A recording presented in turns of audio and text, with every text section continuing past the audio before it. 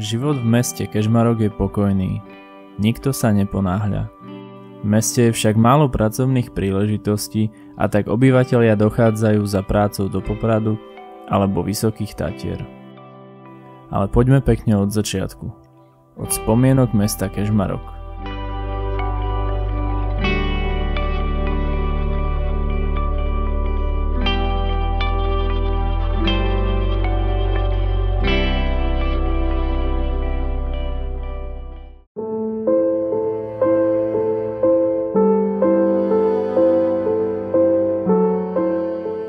Cez kežmarský chotár prehrmelo 13 vojen. Okrem vojen postihli mesto mnohé katastrofálne požiare, záplavy, epidémie a iné nešťastia. Ale i tak ostalo stáť na svojich pôvodných základoch. Kedysi jedno z popredných slobodných kráľovských miest Horného Uhorska. Dnes patrí Kežmarok medzi perly Slovenska.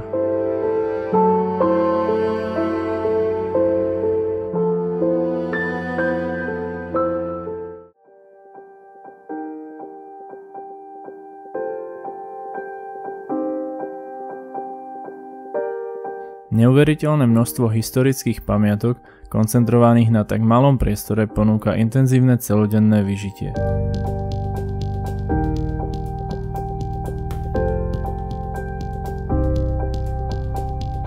Jedným z hlavných lákadiel mesta je drevený evanjelický kostol, ktorý je zapísaný v zozname svetového dedičstva UNESCO. Zvonku síce nenápadný, za to vo vnútri ukrýva nádheru. Kostol je výnimočný aj tým, že bol postavený z dreva bez použitia jediného železného klinca.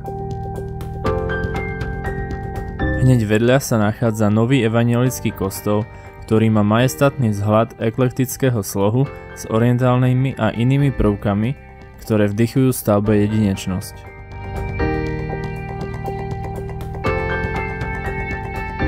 Trojicu kostolov v tesnej blízkosti uzatvára chrám narodenia presvätej Bohorodičky.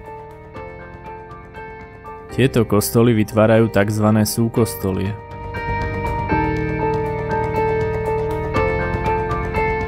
Samotné srdce mesta zdobí radnica, ktorá nadobudla dnešnú podobu po 3 ničivých požiaroch.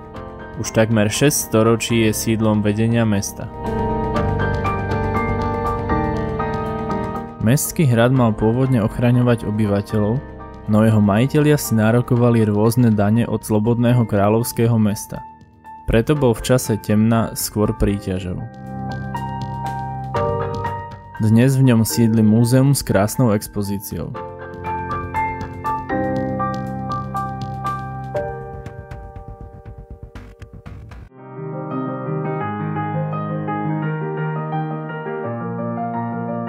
Ďalšou zaujímavou zastávkou v meste je Bazilika svätého Kríža so sochou od majstra Pavla z Levoče a najkrajšou renesančnou zvonicou v regióne. Chrám prežil stáročia aj vďaka blízkym opevneným múrom.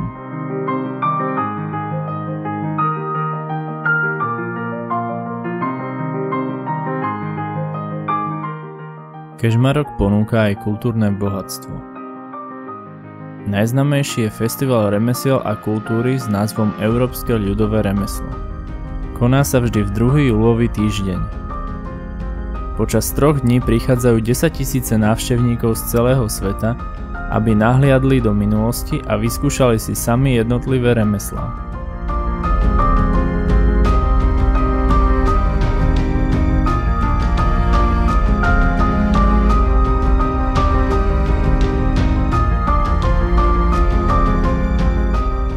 Mesto má bohatú históriu a preto vie rozprávať dlhé hodiny príbehy, ktoré zažilo. Pre turistov sú to zaujímavosti a pre domácich ich klenot, o ktorý sa môžu starať.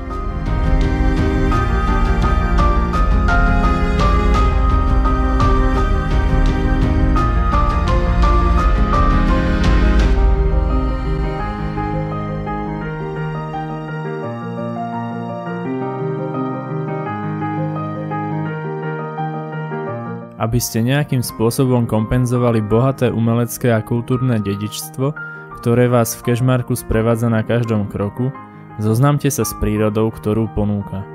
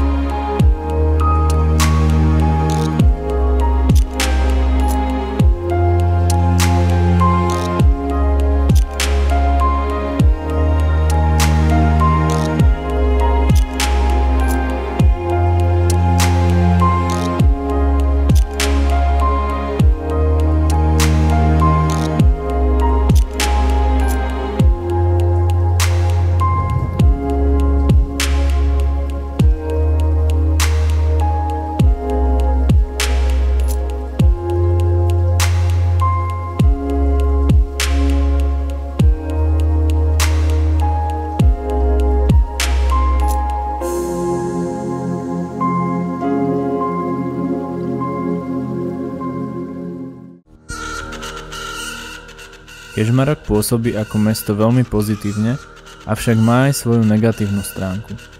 Jedna z nich je budova železničnej stanice, ktorá má už svoje časy slávy dávno za sebou. Kedysi secesná pýcha, dnes smutná realita.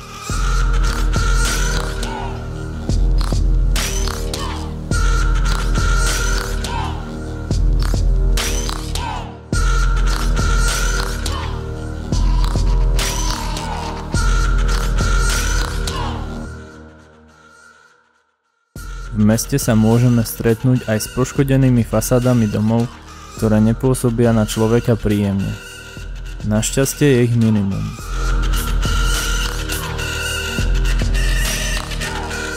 Sú tu aj opustené kasárne, ktoré už roky chátrajú.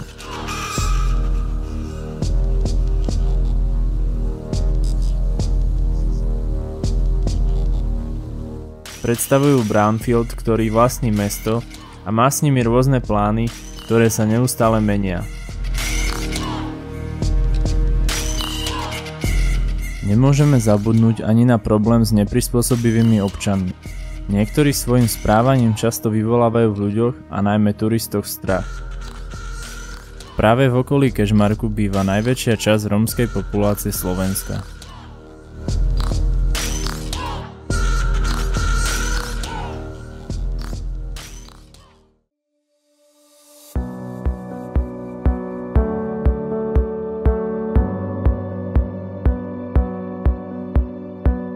Mesto sa rozrástlo. Okolo historického jadra, kedysi chráneného pevným obranným múrom, sa rozložili nové sídliská.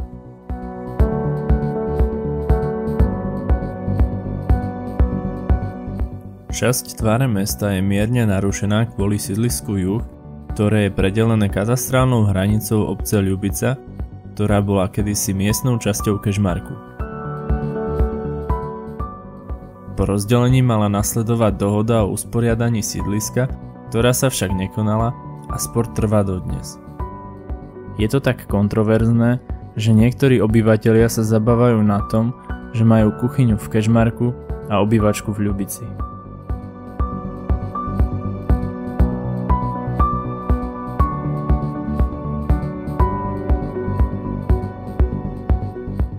Vedľa hradu sa nachádza mestský park.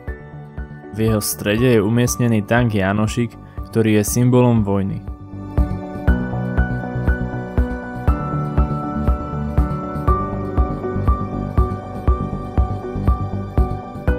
Na západnej strane rieky Poprad sa nachádzajú viaceré priemyselné a potravinárske podniky.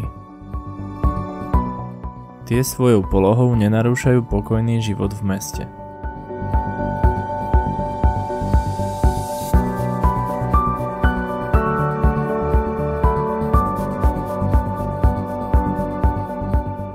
Z hľadiska osobnosti mesta je Kežmarok veľmi atraktívny a výnimočný svojou bohatou históriou. Príjemný krásnou prírodou, skúsený, pokojný, skromný a v neposlednom rade emotívny.